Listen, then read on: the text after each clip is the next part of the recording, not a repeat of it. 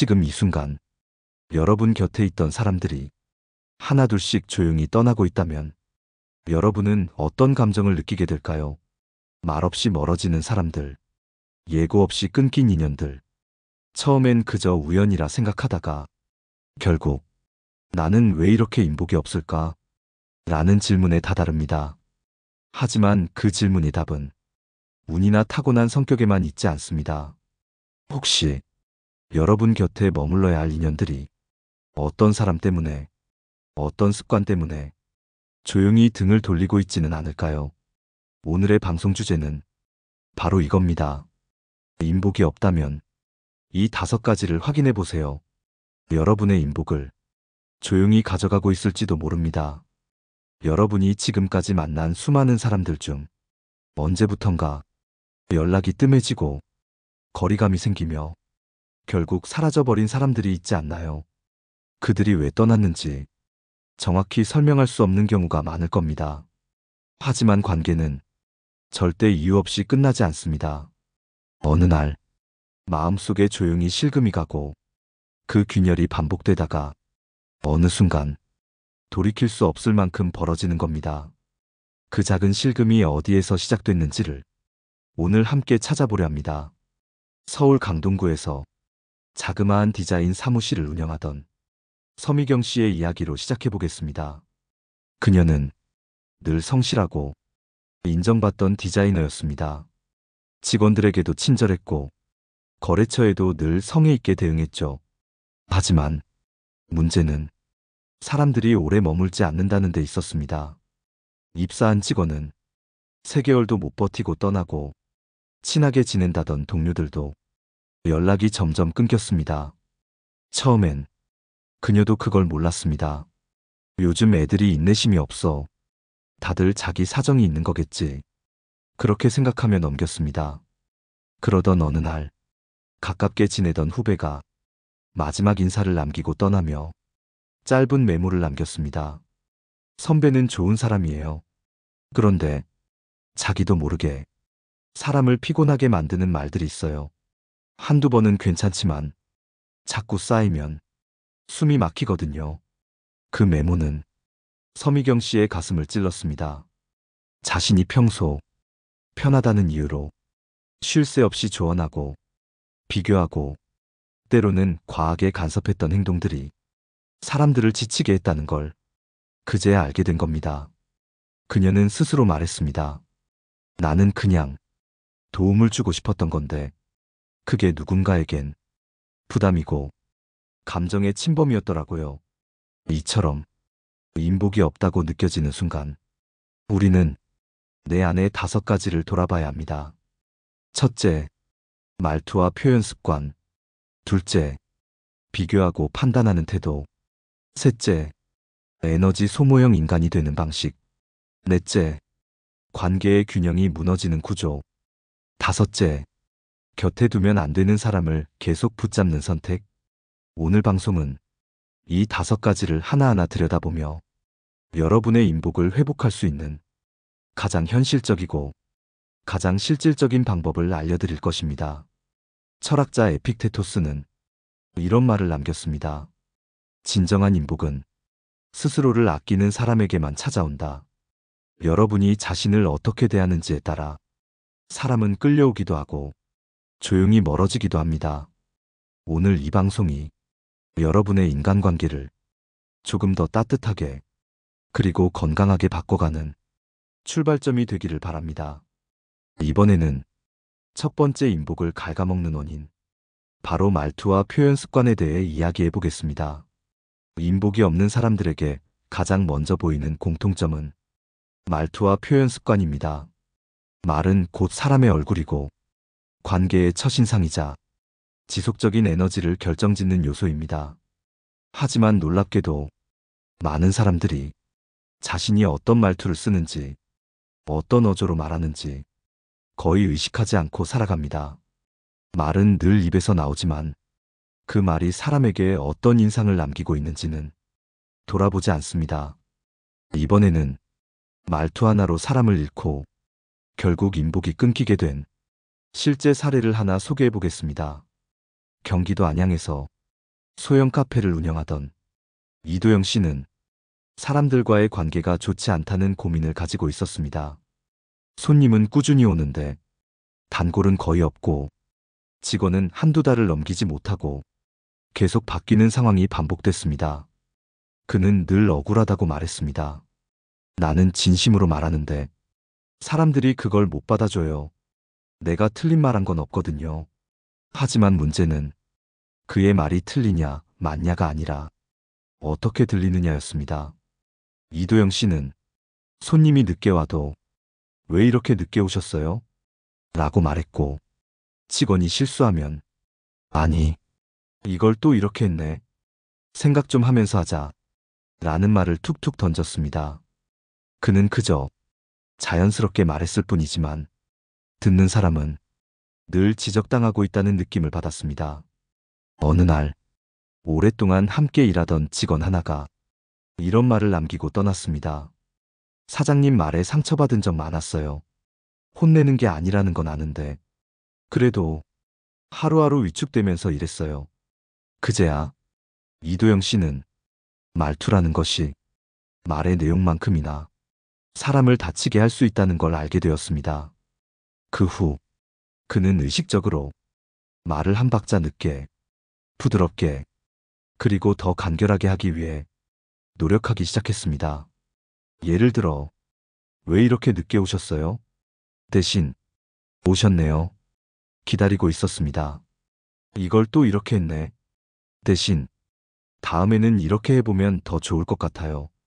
이런 작은 변화들이 사람들과의 관계를 조금씩 달라지게 했습니다.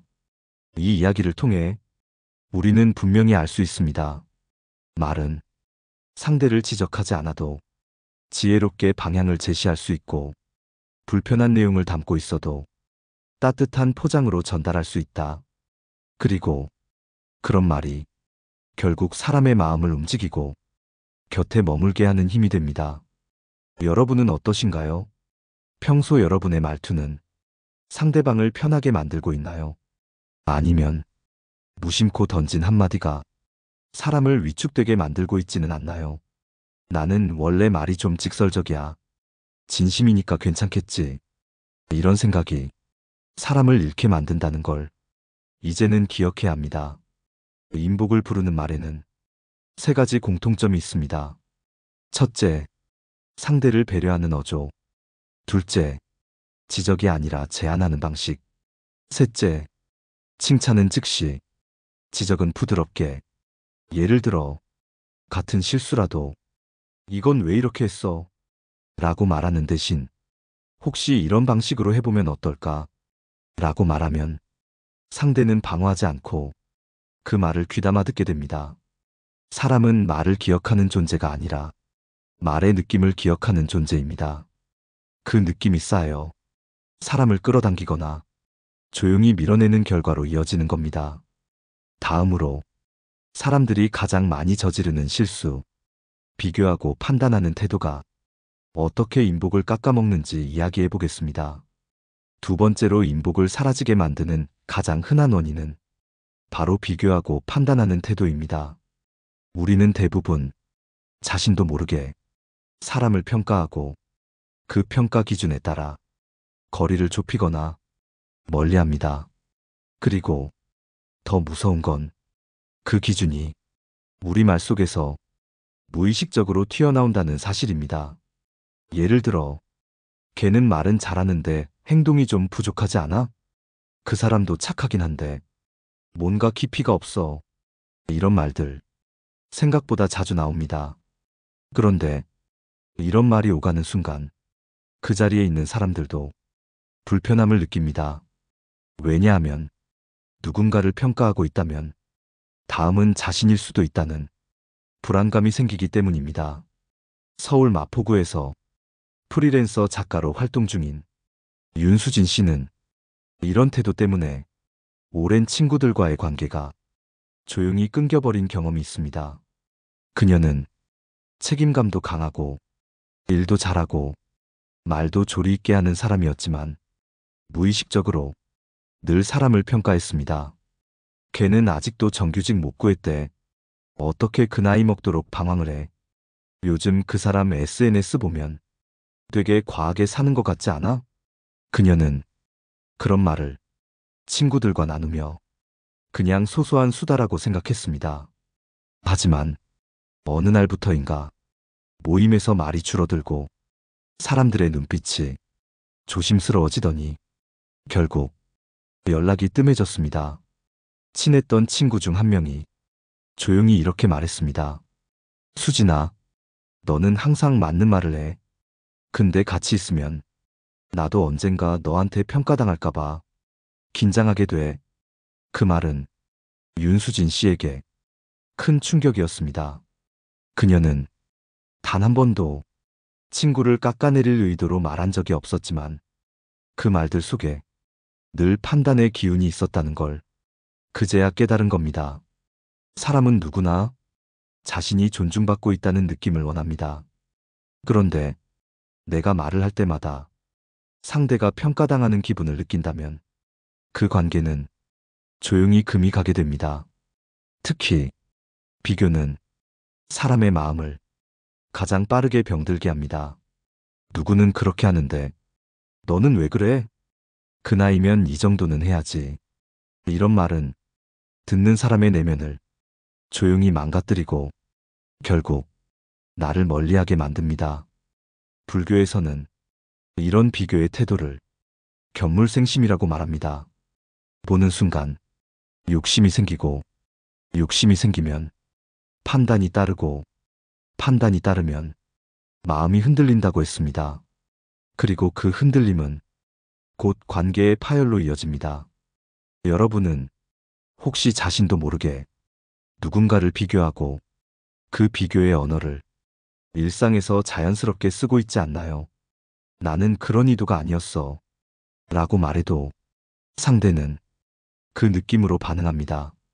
그래서 의도가 아니라 느낌을 조심해야 하는 것입니다. 사람은 함께 있을 때 편안한 사람을 좋아합니다. 그리고 그 편안함은 존중받고 있다는 무언의 느낌에서 나옵니다. 비교하지 않는 사람, 판단하지 않는 사람, 그 사람 곁에는 사람이 자연스럽게 머뭅니다. 다음으로는 우리 스스로의 에너지가 사람을 지치게 만드는 세 번째 인복을 깎는 원인, 에너지 소모형 인간에 대해 이야기해 보겠습니다. 세 번째로 인복을 사라지게 만드는 원인은 바로 에너지를 소모하게 만드는 사람, 즉 에너지 소모형 인간이 되는 것입니다. 여러분 주변에도 이런 사람이 있지 않나요? 만날 때마다 기운이 빠지고 대화가 끝난 뒤 왠지 모르게 지쳐버리는 사람 말입니다. 그 사람의 말이 꼭 틀리거나 무례하지 않더라도 말의 무게나 내용 혹은 반복되는 패턴이 상대방의 정신적 에너지를 고갈시키는 겁니다. 이번에 소개할 이야기는 경남 창원에서 아이 둘을 키우며 주부로 살아가는 정유나 씨의 사례입니다. 유나 씨는 언제나 밝은 성격이었고 사교적이며 마을 엄마들 사이에서도 인기가 많았습니다. 처음엔 사람들이 그녀를 좋아했고 그녀도 자신이 중심이 되는 관계를 즐겼습니다. 하지만 이상하게도 몇 개월이 지나면 늘 주변에 사람이 줄었고 모임에 참석하는 사람도 하나둘 빠지기 시작했습니다. 다들 바쁜가 보다. 요즘 애들 학원 때문에 정신없나 보다. 그녀는 그렇게 생각했습니다. 그러다 우연히 동네 카페에서 예전에 친하게 지냈던 엄마들끼리 모여있는 모습을 보게 되었습니다. 그리고 그 자리에 자신이 없다는 사실을 처음으로 실감하게 되었습니다.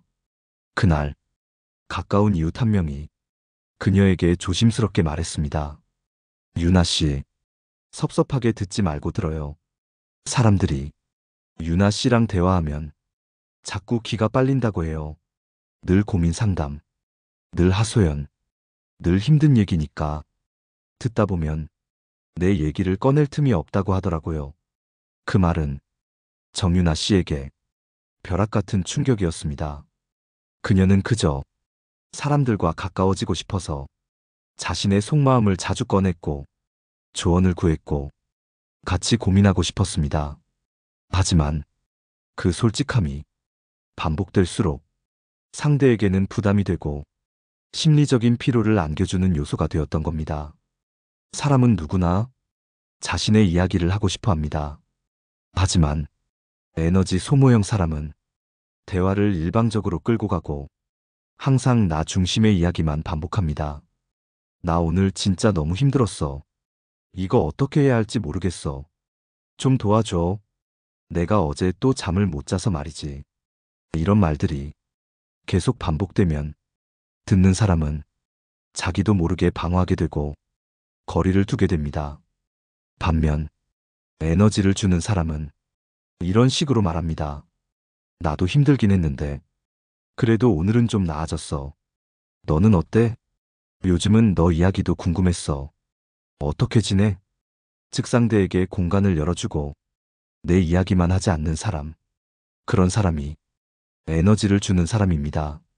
정윤아 씨는 그날 이후 대화의 중심에서 상대의 입장도 함께 고려하는 연습을 하기 시작했습니다. 하루에 한 번은 자신이 말한 내용 중 몇 퍼센트가 자기 이야기였는지 기록하며 돌아보기도 했고 상대의 표정과 반응을 더 유심히 관찰하기도 했습니다. 그 노력 덕분에 서서히 사람들과의 관계가 회복되었고 지금은 듣는 능력이 뛰어난 사람으로 평가받고 있습니다. 이처럼 사람의 인복은 말의 양이나 사교성에 달려있는 것이 아닙니다. 관계 속에서 상대가 어떤 감정을 느끼게 되느냐, 그 감정이 다음 만남을 결정하는 것입니다. 여러분은 사람들과의 대화에서 자신의 에너지를 쏟아내고만 있지는 않나요? 혹은 상대의 마음을 채워줄 수 있는 여백을 남겨두고 계신가요? 인복은 사람을 끌어오는 능력이 아니라 머물게 만드는 감정입니다. 그리고 그 감정은 함께 있을 때 편하다는 인상에서 비롯됩니다. 다음으로는 이런 감정의 불균형이 어떻게 관계를 무너뜨리는지, 관계의 균형이 무너지는 구조에 대해 이야기해 보겠습니다. 네 번째로 인복을 없애는 원인은 관계의 균형이 무너지는 구조입니다. 인간관계는 눈에 보이지 않지만 항상 어떤 무게를 가지고 있습니다. 그 무게가 서로에게 비슷하게 나누어져 있을 때 관계는 편안하고 오래갑니다. 하지만 그 무게가 한쪽으로 기울기 시작하면 그 관계는 불편함을 만들고 결국에는 서서히 무너지고 맙니다. 경북 구미에서 자수공방을 운영하던 정하윤 씨는 늘 사람들에게 잘해주는 사람으로 유명했습니다. 누가 부탁을 해도 단 한 번도 거절하지 않았고 누가 힘들다고 말하면 자신의 일정을 미뤄서라도 시간을 내주었습니다. 그녀의 주변에는 항상 사람이 있었습니다. 하지만 이상하게도 그 사람들은 금방 사라졌고 정하윤 씨는 늘 외로움을 토로했습니다. 나는 정말 잘해줬는데 왜 다들 떠나지? 그녀는 자신이 인복이 없는 사람이라 생각하며 자책하기 시작했습니다. 그러다 우연히 오래 알고 지낸 친구에게 조심스럽게 이런 말을 들었습니다. 하윤아, 너무 고마운데 너한테 뭔가 부탁할 때마다 미안한 마음보다 부담이 커져. 도와주고 나면 넌 늘 지쳐 보이니까 오히려 내 입장이 난처해져. 그 말을 들은 후 정하윤 씨는 스스로를 돌아보게 됐습니다. 그녀는 늘 도와주고 들어주고 맞춰주면서 자신은 아무렇지 않다고 생각했지만 그 친절이 상대에게는 부담이 되었던 겁니다. 관계는 주고받는 흐름이 중요합니다. 나만 주고 있다면 상대는 그 관계 안에서 점점 위축되거나 죄책감을 느끼게 됩니다. 그리고 그 죄책감은 서서히 회피로 바뀌고 결국 관계를 끊는 이유가 되어버립니다. 또한 반대로 받기만 하는 사람도 그 관계에 의미를 느끼지 못하게 됩니다. 주는 사람은 지치고 받는 사람은 무뎌집니다. 그 결과 관계는 양쪽 모두에게 버거운 짐이 되어버립니다. 그래서 인복이 있는 사람들은 언제나 관계 안에서의 균형을 유지하려고 노력합니다. 나는 너한테 이만큼 했으니 너도 나한테 뭔가 해줘야 해가 아니라 내가 이만큼 했으니 너에게도 이런 마음이 있었으면 좋겠어 라는 기대가 아니라 배려에서 출발한 마음입니다.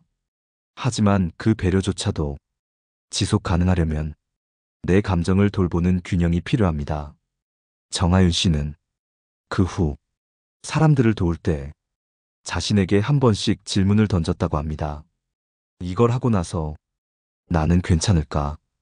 그 질문 하나가 그녀의 행동을 바꾸고 관계를 바꾸었습니다. 그녀는 더 이상 모든 부탁을 다 들어주지 않았고 도움을 줄 때도 이 부분은 오늘 안에 어렵고 내일은 가능할 것 같아 라고 솔직히 말했습니다. 그러자 오히려 사람들은 그녀에게 더 편안함을 느끼기 시작했고 관계가 더 건강해졌습니다. 여러분도 혹시 지금 한쪽으로 기울어진 관계 안에서 자신을 소진하고 계시진 않나요? 관계는 균형이 있을 때 오래 지속됩니다. 그 균형은 상대방의 요구보다 내가 지킬 수 있는 한계를 먼저 알아보는 것에서 시작됩니다. 인복이 있는 사람은 모든 사람에게 다 친절한 사람이 아니라 적절한 선을 지킬 줄 알고 내가 감당할 수 있는 만큼만 사람을 품을 줄 아는 사람입니다. 이번에는 사람과의 관계에서 가장 무서운 실수, 곁에 두면 안 되는 사람을 놓지 못하고 계속 함께하는 5번째 인복 소멸의 원인을 이야기해 보겠습니다. 5번째, 그리고 가장 결정적으로 인복을 사라지게 만드는 원인은 바로 곁에 두면 안 되는 사람을 끝내 놓지 못하는 것입니다. 여러분, 이 말을 한번 곱씹어 보세요.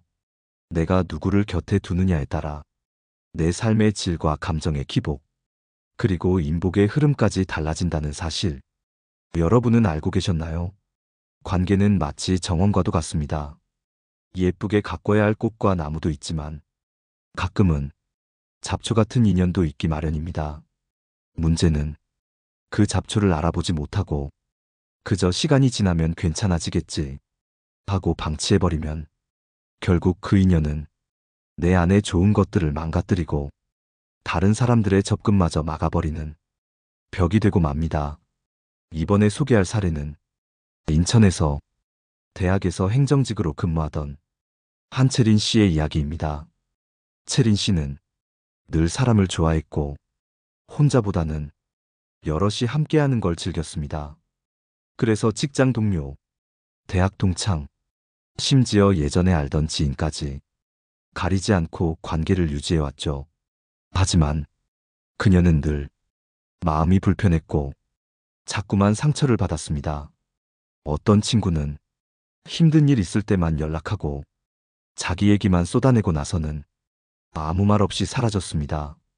어떤 동료는 겉으로는 웃지만 기회만 생기면 뒤에서 험담을 하며 그녀의 평판을 깎아내렸습니다. 심지어 가까운 친구 중 한 명은 채린 씨의 약점을 들춰 다른 사람들 앞에서 농담처럼 이야기하며 자신의 존재감을 높이곤 했습니다.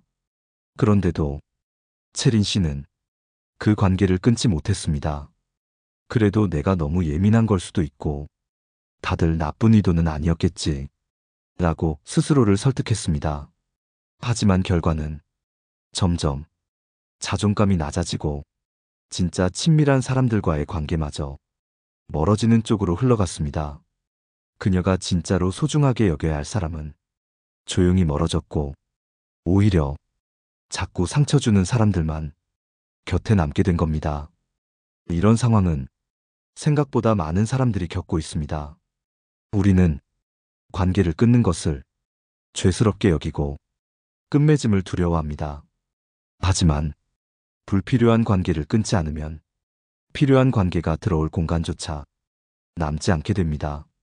인복이란 나를 따뜻하게 감싸줄 인연을 맞이할 수 있는 자리에서 옵니다. 그 자리를 상처 주는 사람으로 채워두면 진짜 좋은 사람이 다가오지 못합니다. 불교에서는 이를 인연의 갈물이라고 표현합니다.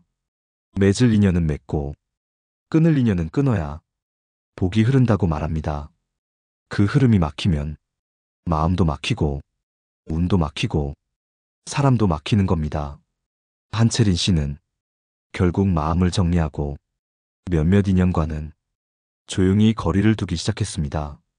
처음엔 미안함과 두려움이 컸지만 시간이 지나면서 더 평온해졌고 무엇보다 새로운 사람들과의 관계가 훨씬 건강해졌습니다.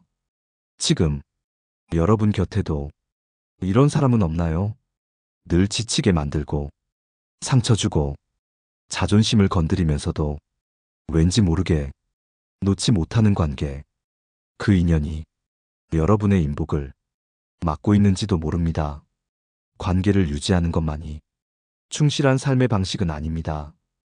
때로는 조용히 등을 돌리는 선택이 진짜 인복을 불러오는 첫걸음이 됩니다. 마무리로 지금까지 이야기한 5가지 원인을 정리하고 여러분의 인복을 회복하는 가장 중요한 자세를 마음속에 새겨드리려 합니다. 오늘 방송을 끝까지 들어주신 여러분, 정말 감사합니다. 우리는 지금까지 나는 왜 인복이 없을까? 라는 질문을 붙잡고 조용히 내 안을 들여다보았습니다. 그리고 그 인복을 막고 있었던 5가지 중요한 원인을 차근차근 짚어보았습니다.